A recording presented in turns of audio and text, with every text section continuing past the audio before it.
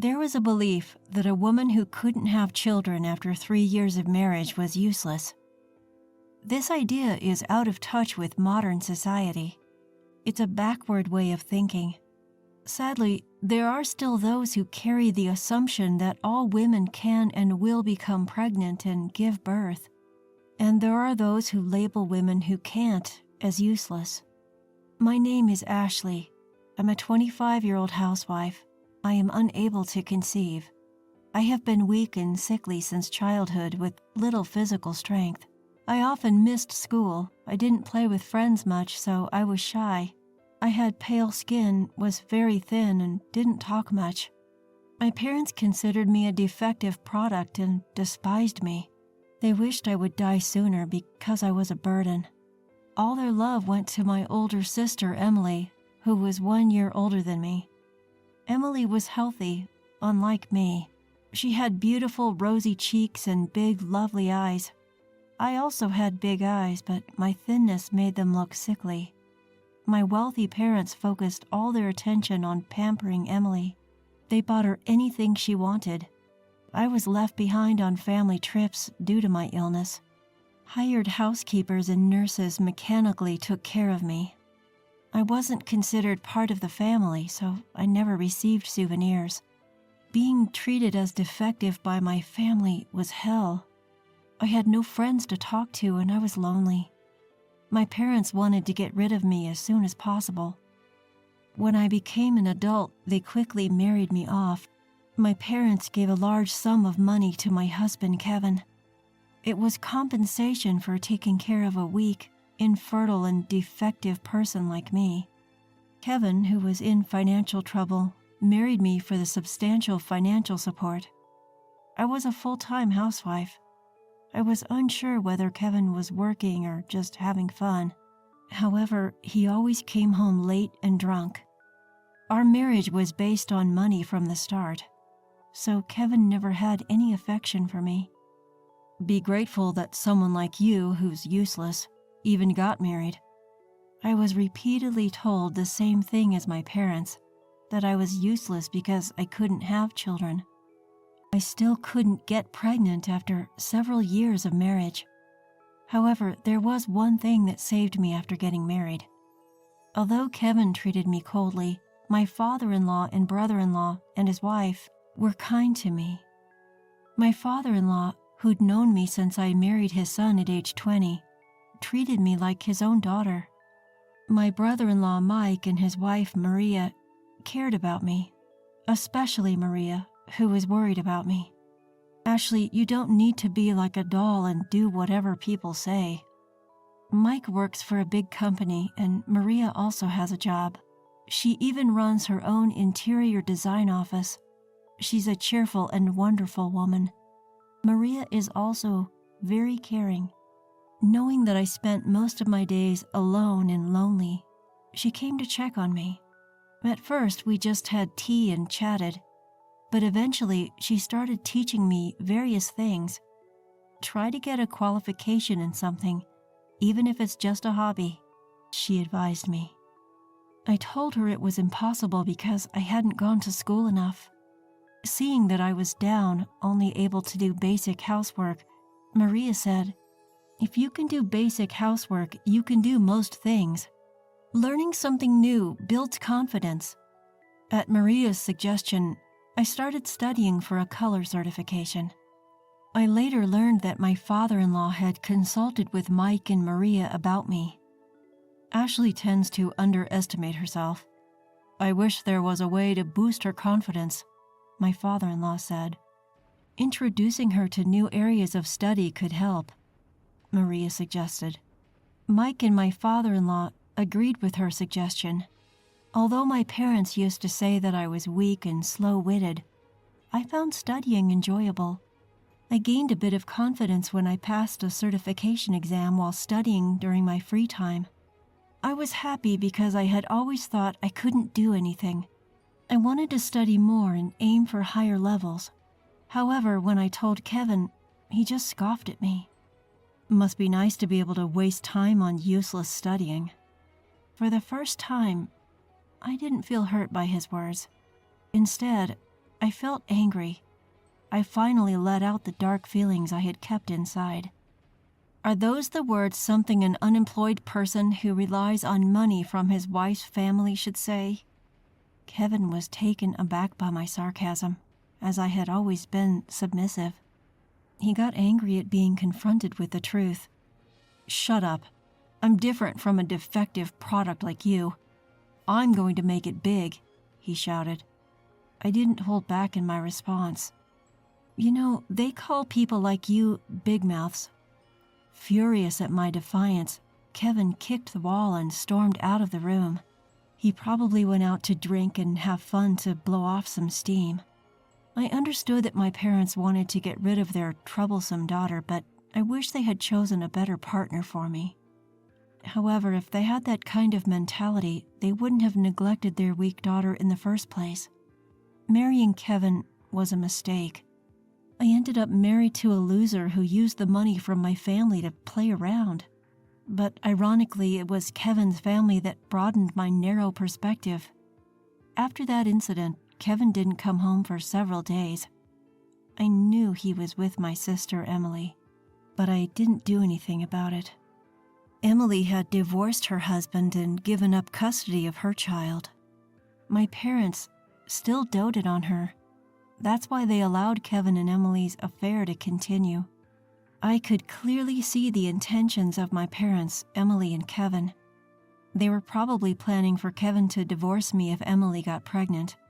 My parents would have preferred to fulfill Emily's wishes over caring about me. I knew that one day my sister would steal my husband. I prepared myself for that day, now confident that I could handle it. Sometime later, we all gathered at my father-in-law's house. I regularly visited him, but Kevin hadn't been to his family home in a while. Kevin had a lot of pride and compared himself to his brother. Mike had graduated from a prestigious university and worked for a large company while Kevin was unemployed. Neither my father-in-law nor Mike had ever pointed this out, but Kevin felt inferior on his own. He hadn't done anything about it himself. He took pride in marrying me, a woman from a wealthy family, but my father-in-law didn't care. My father-in-law doted on me, his daughter-in-law, but was strict with Kevin. Kevin constantly praised Maria, Mike's wife, for being excellent. Deep down, he was jealous that his brother had a beautiful and intelligent wife. "Maria is amazing. She's successful at work, has children, and is a capable woman. Ashley is just stupid and can't do anything," he said with transparent flattery toward Maria and insults toward me. Maria looked annoyed by his words, but she calmly dismissed Kevin's remarks. "Ashley is my sister too.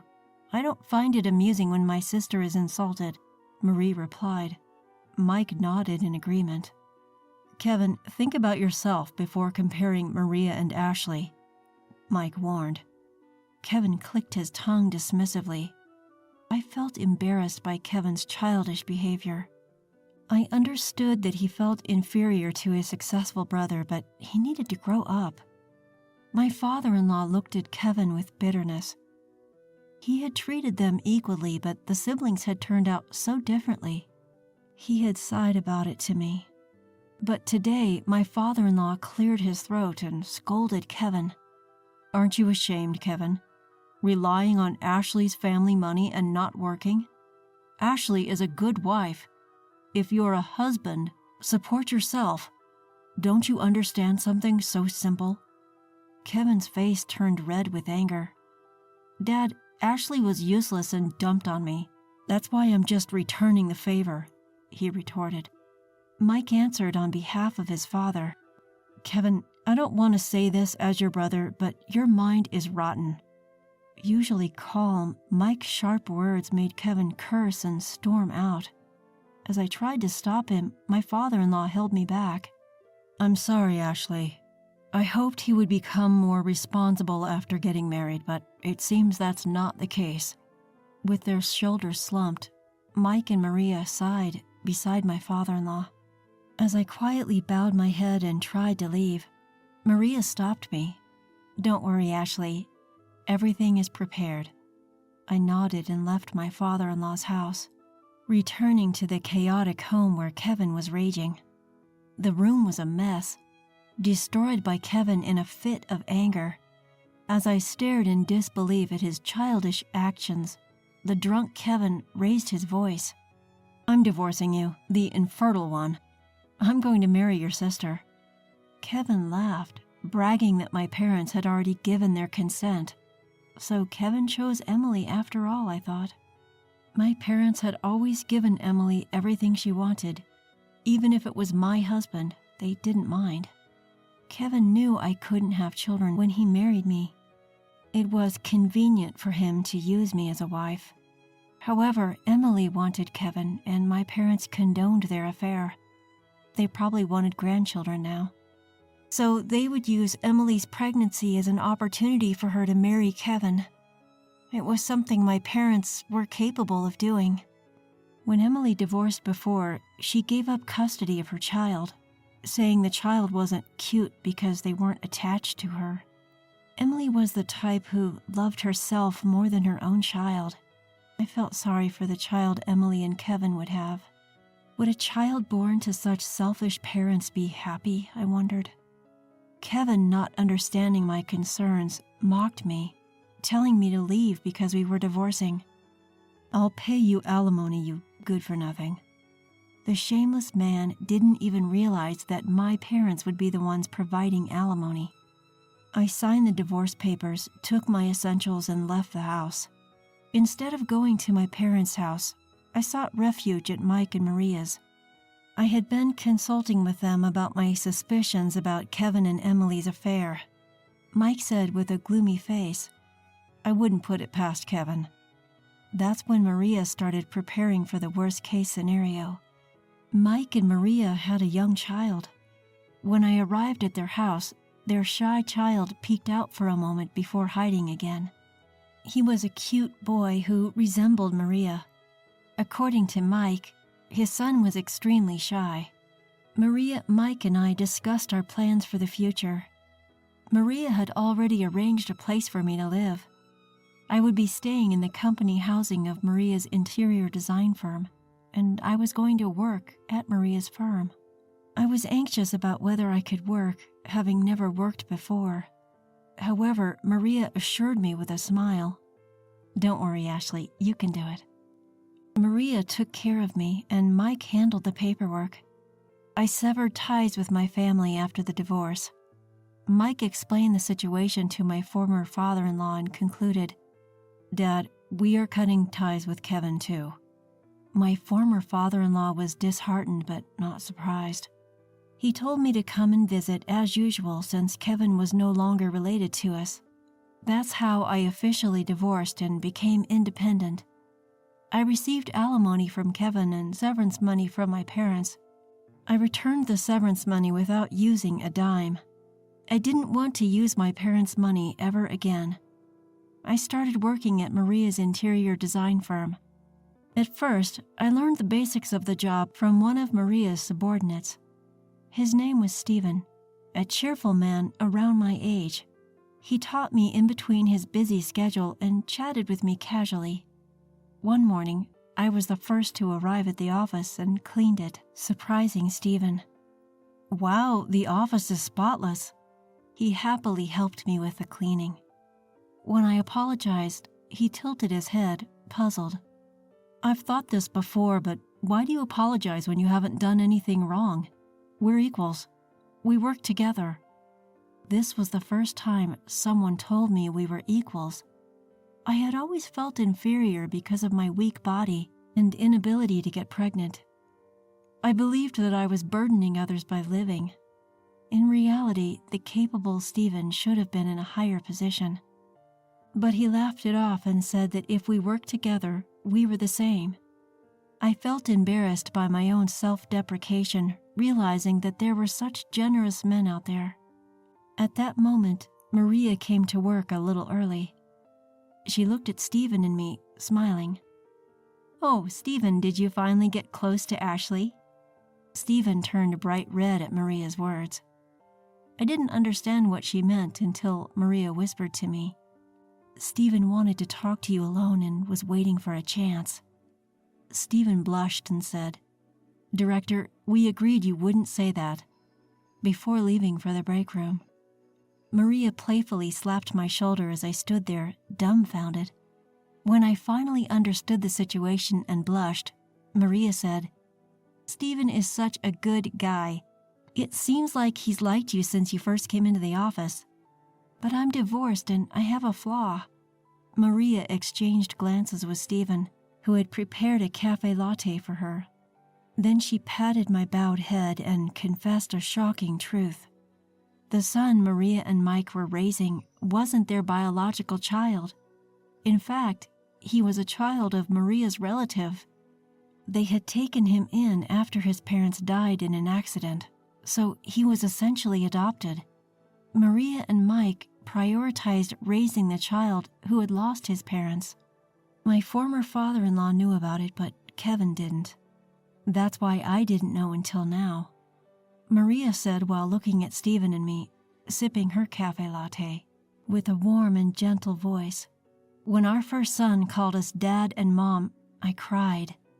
Having a biological child doesn't automatically make you a good parent. Even with blood ties, there are parents and children like me who ignore each other. But Maria and Mike's son chose his parents of his own accord. I thought that was far more precious than a forced family based on blood ties alone." I took a sip of the cafe latte Stephen had prepared for me. The warm and sweet scent gently relaxed my heart.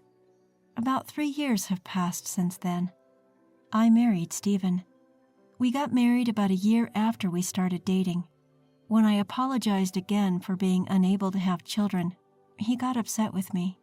"You don't need to apologize, Ashley. Would you be happy if I knelt down and apologized for not being able to have children?" I shook my head and he laughed cheerfully. "It's just a minor issue. Don't bow your head for something you don't need to apologize for." He had no idea how much his words saved me.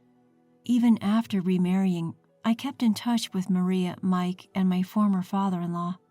All 3 were happy for my successful marriage, and today we were on a short trip.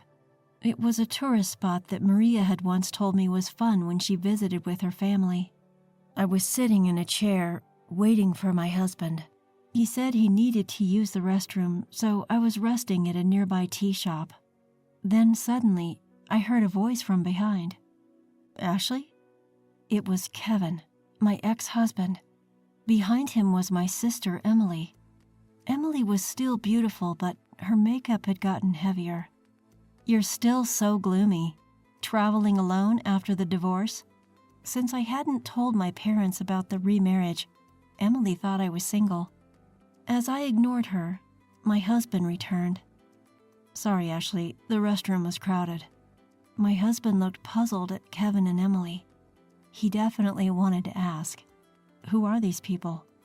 As I tried to ignore them and urged my husband to leave, Emily mocked me. "You found another man already? Even though you're incompetent and can't have kids." As Kevin tried to laugh along, my husband spoke up, looking displeased. "I am Ashley's husband, and her name is now Ashley Stevens. By the way, we do have a child." He patted my belly and Kevin turned pale. Emily sneered. "I bet the baby will be disabled." My husband replied in a cold voice. He was probably at the limit of his patience. "Ashley is currently pregnant with her second child. Her older daughter is 2 years old and healthy. Today, we left her with my parents." Kevin turned pale at my husband's words. I myself was shocked when I first got pregnant. I cried out to the doctor at the maternity clinic, told him I shouldn't be able to have children, but the doctor examined my body and declared I could get pregnant. I had been led to believe by my parents that I couldn't have children. I had taken their word for it since they had always said so. However, my body was actually able to conceive normally. When I told my husband about my pregnancy, he was overjoyed. During my marriage with Kevin, I never got pregnant. I wondered why, so I consulted with Maria. Then she sighed, shook her head, and formed a hypothesis. I never tested myself because of my parents' suggestions. Actually, my parents knew I could get pregnant. Kevin knew too and was using contraception. Maria hesitantly muttered to me, "Ashley, there's a possibility that your parents have been deceiving you all along. Probably they didn't want me to have children. They thought it would be a hassle if I, who was frail, gave birth to a child who had disabilities. So they instructed Kevin not to get me pregnant. I remarried and had a healthy baby girl with Stephen. My second child during pregnancy is a boy, and both mother and child are healthy. I had been burdened with an inexplicable sense of guilt due to my terrible parents' scheme. As my husband and I were about to leave, Emily pointed and smirked. I aborted Kevin's child. It was a failure. In other words, she aborted it due to the possibility of disabilities. Kevin desperately begged me, "Please give me one of your children. Otherwise, I'll be kicked out." Emily laughed maliciously. I was about to scream in anger, but my husband stopped me. He looked at Kevin and Emily with disgust and said, "Save your nonsense for when you're in a coffin, you piece of trash." He gave them a sharp glare, then urged me to leave while holding my hand. I also turned my back on Kevin and Emily, sending them a contemptuous look before walking away.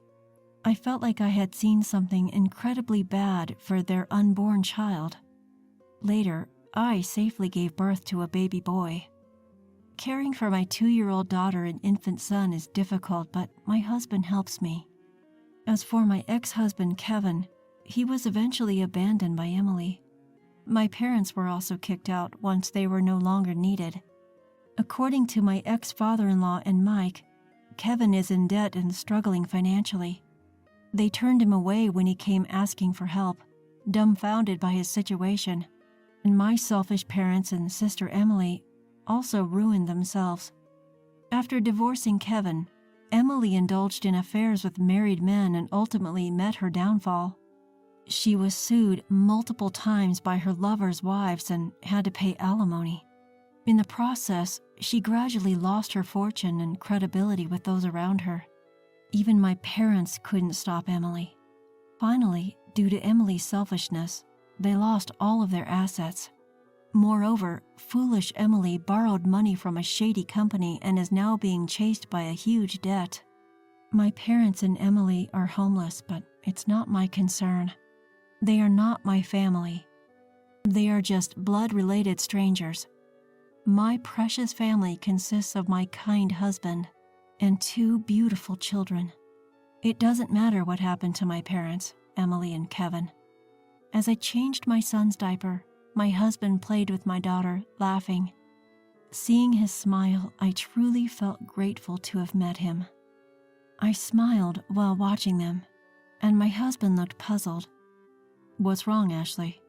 "I'm just so happy to be married to you, Stephen," he playfully replied while patting our daughter. "Well, you're Mrs. Stephen, too." His cheerful laughter made me and our children break into smiles as well.